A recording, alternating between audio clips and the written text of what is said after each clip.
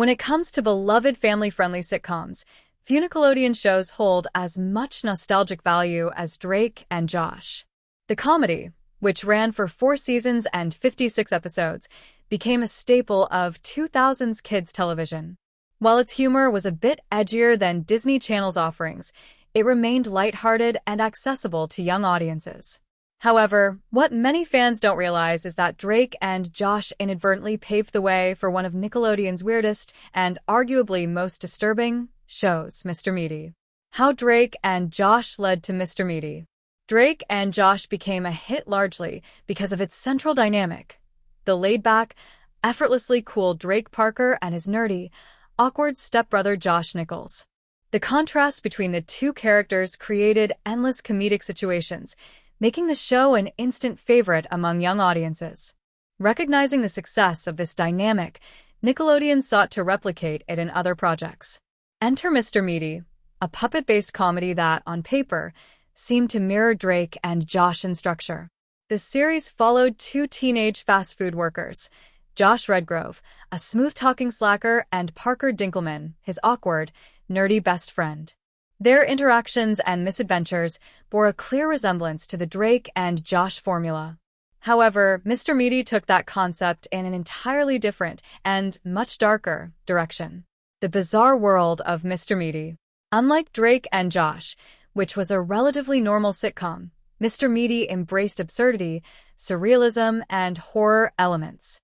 The show's setting, a bizarre fast food restaurant inside a mall, served as the backdrop for unsettling storylines and grotesque visual gags. The most immediate and unsettling aspect of Mr. Meaty was its character design. The puppets had exaggerated, uncanny features, including bulging eyes, rubbery skin, and unsettlingly large mouths. This gave the show a distinct and often disturbing visual identity. But the real nightmare fuel lay in its storytelling. While some episodes were simple workplace misadventures, others took shocking turns into body horror. Some of the most infamous moments include Master P. Parker eats a raw hamburger and ends up with a massive tapeworm that crawls out of his mouth. Schnizola, a botched acne treatment causes a girl's nose to melt off her face. Roast beef Barb. Parker crafts a girlfriend out of raw meat, only for her to take on a life of her own. The Fries That Bind. The duo encounters a strange cult of vegetarian cannibals. Even the restaurant's owner, Edward R. Carney, was a horror show in himself.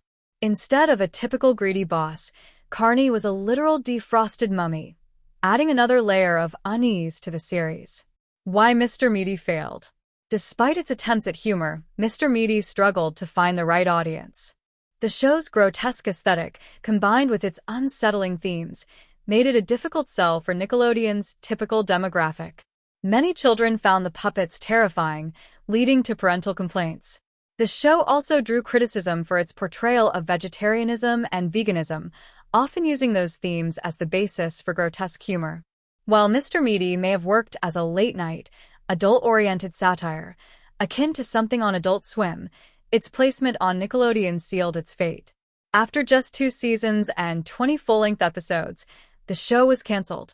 Though it has since gained a cult following, Mr. Meaty remains one of Nickelodeon's strangest missteps, a bizarre relic from an era of experimentation that went too far. The legacy of Mr. Meaty. While Mr. Meaty may have been a failure in its time, its influence on bizarre children's television is still felt today. Shows like Courage the Cowardly Dog and The Amazing World of Gumball have similarly experimented with surreal horror elements, but with more successful execution. As for Drake and Josh, its impact remains undeniable, though its unexpected connection to Mr. Meaty is one of the strangest twists in Nickelodeon history. What started as a beloved sitcom about 2 mismatched stepbrothers inadvertently led to a grotesque fast food fever dream, one that Nickelodeon would likely rather forget.